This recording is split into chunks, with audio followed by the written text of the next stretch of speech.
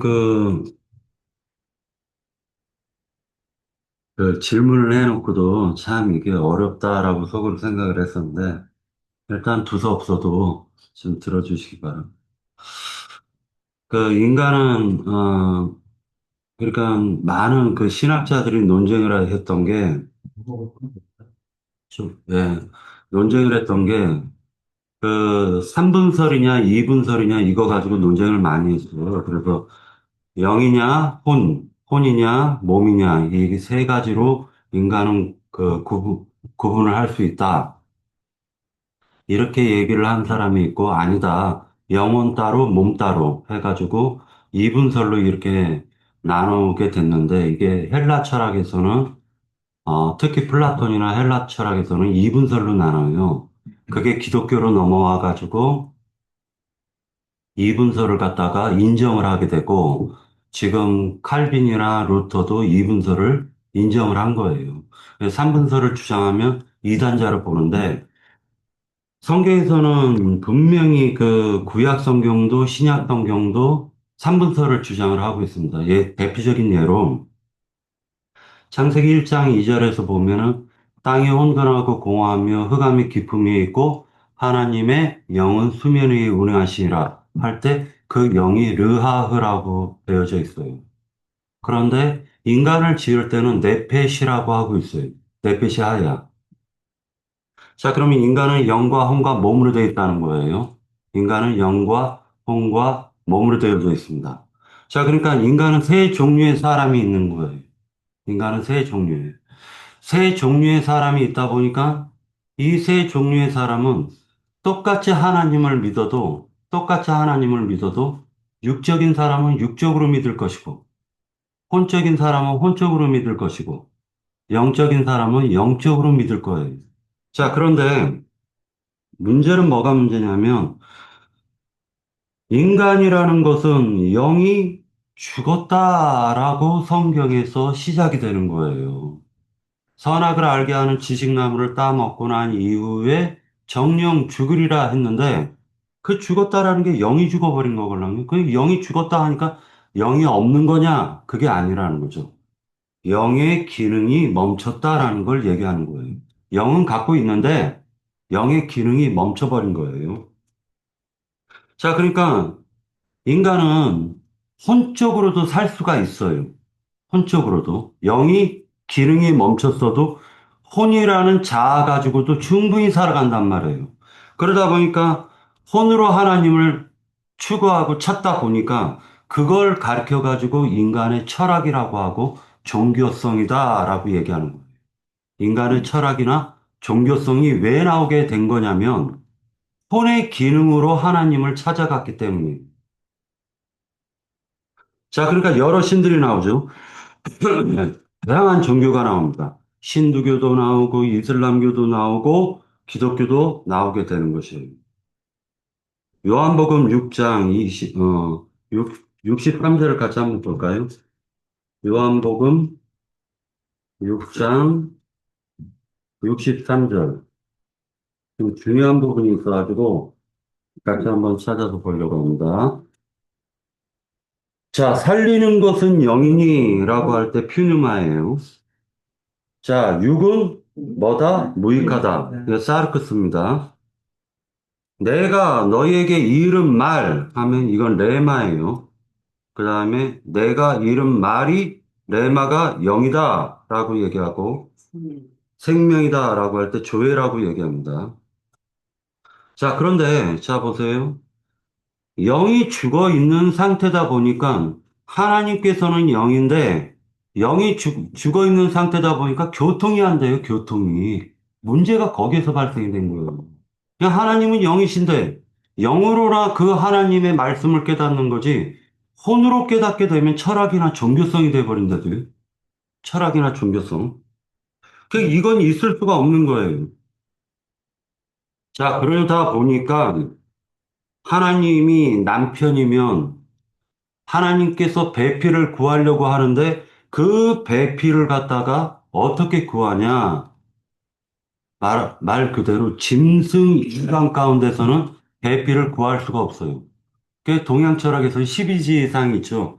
저 뱀 같은 놈, 소 같은 놈 해가지고 쥐 같은 놈. 그러니까 말띠, 소띠, 양띠 막 이런 게 있지 않습니까? 토끼띠도 있고요. 그러다 보니까 이 짐승 가운데서는 배필을 구할 수가 없네.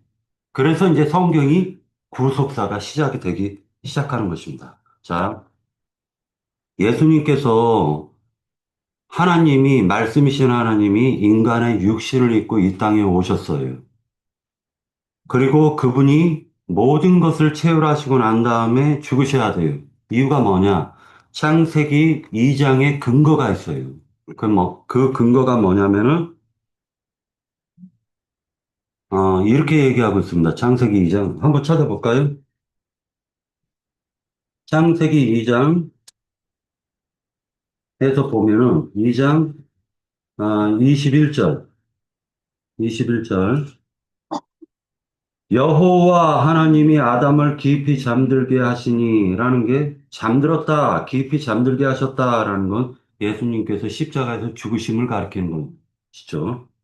깊이 잠들게 하시니 잠들매 그가 갈빗대 하나를 취하고 살로 대신 채우시고 여호와 하나님이 아담에게 취하신 그 갈빗대로 여자를 만드시고 그를 아담에게로 이끌어오시니 아담이 이르되 이는 내 뼈 중에 뼈요 살 중에 살이라 이것은 남자에게서 취하였은즉 여자라 부르리라 하심이라 이렇게 되어져 있죠. 그러니까 결과적으로 이 창세기 2장의 근거가 예수님이 죽으시고 장사되고 부활하셔서 승천하셔가지고 하늘과 땅의 모든 권세를 가지시고 사람들, 즉, 배필을 얻으러 오신 거예요.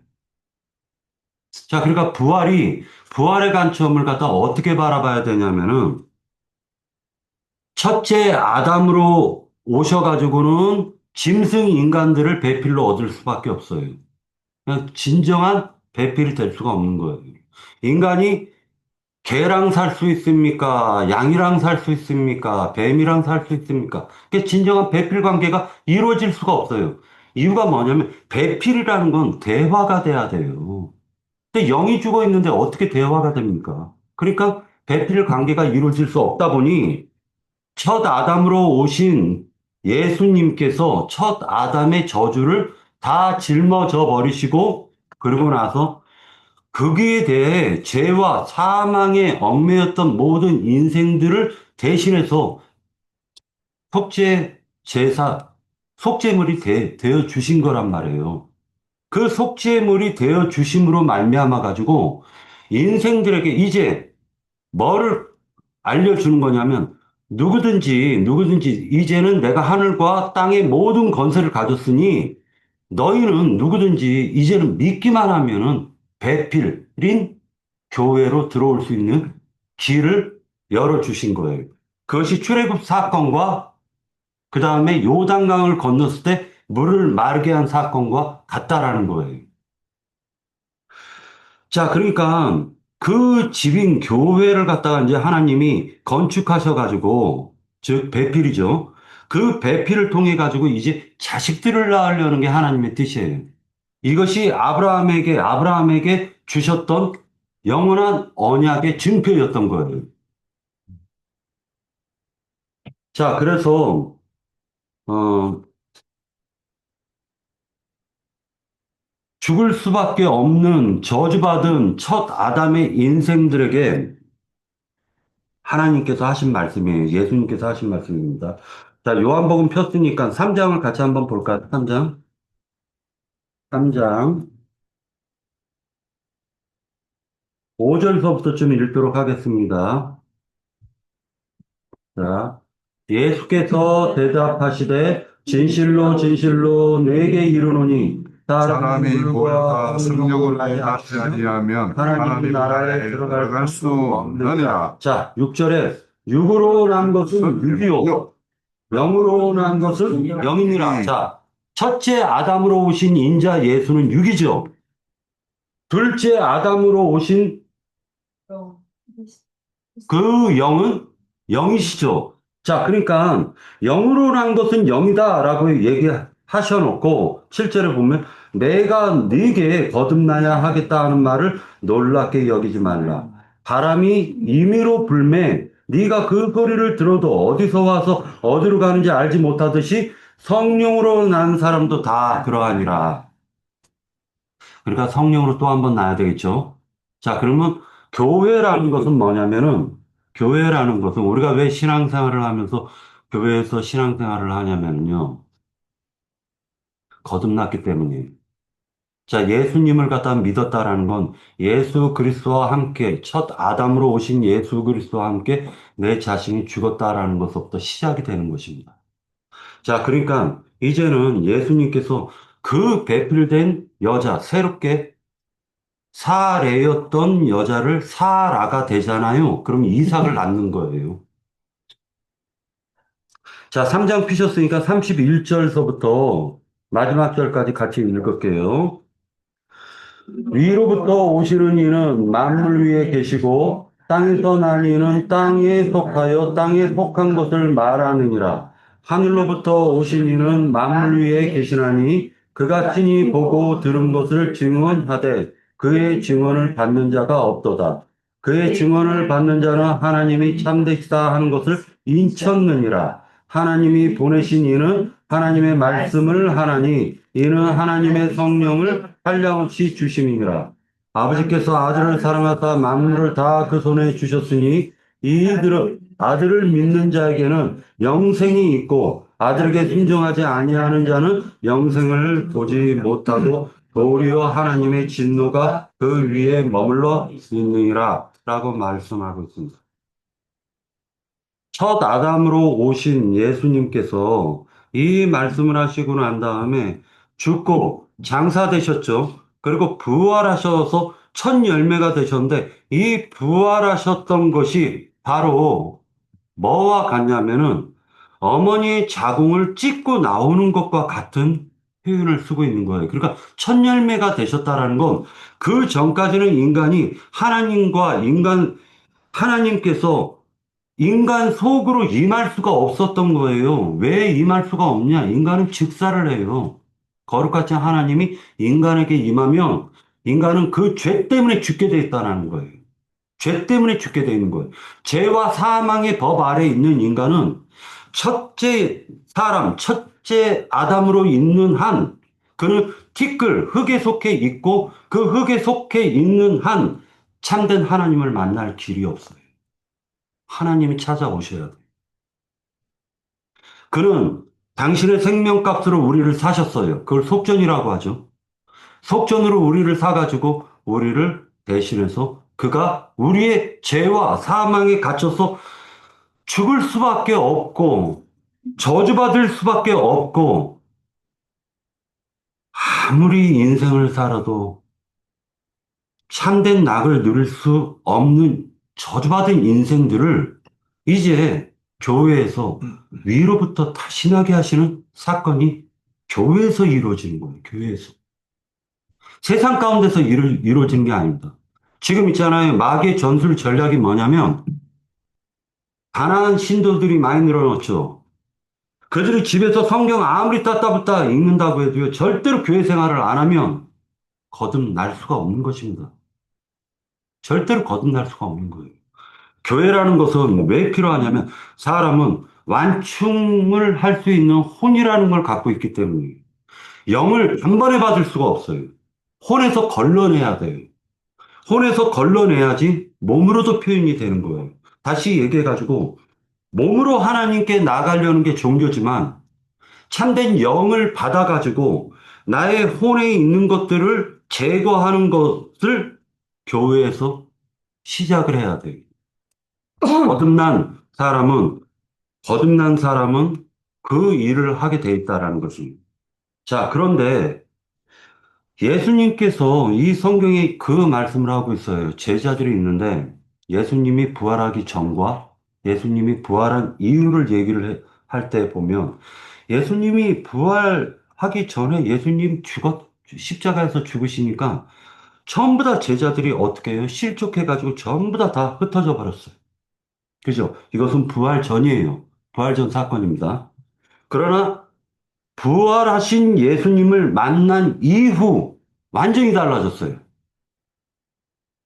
그들의 삶이 완전히 변화됐고 그로 인해 믿는 성도들이 공동체인 교회가 탄생됐다라는 거. 이것은 다시 얘기해가지고 둘째 아담이 대신 부활하신 예수 그리스도 예수께서 참된 배필인 교회를 만나는 것과 같더라는 거예요.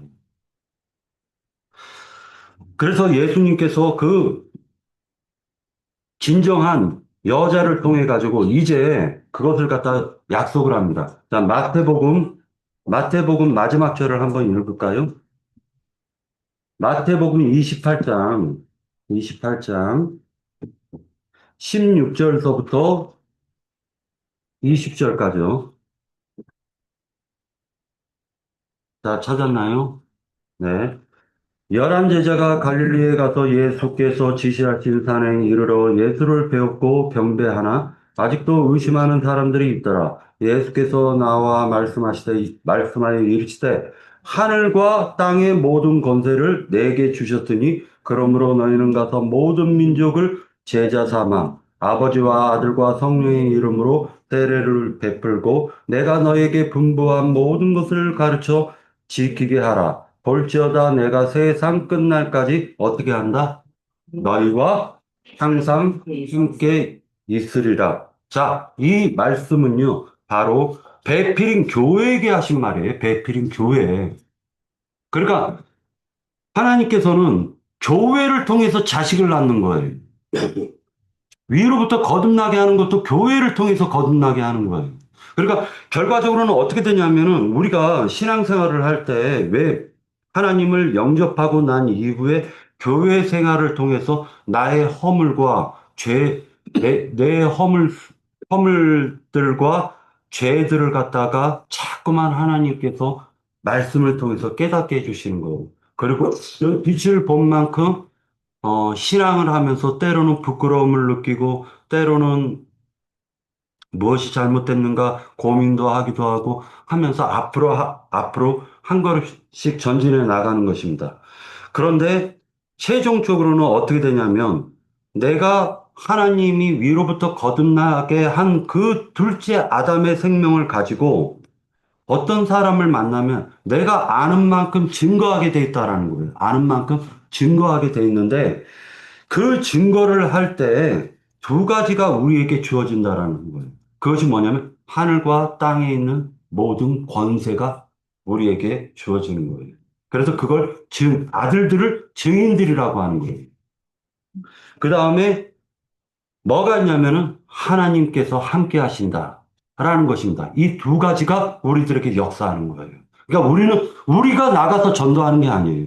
하늘과 땅의 권세를 가지고 나가서 전도하고 그 다음에 하나님이 우리와 함께 한다는 사실을 가지고 우리는 전도를 하는 것이에요. 그래서 전도를 꼭 해야 돼요. 왜?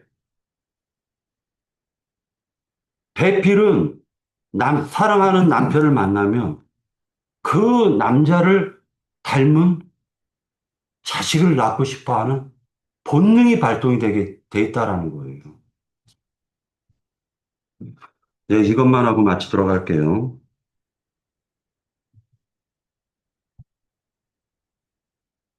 교회 부활에서 얻은 참된 아내인 그 배필인 교회는 성경에서 골로새서에서 보면 골로새서 같이 한번 볼까요?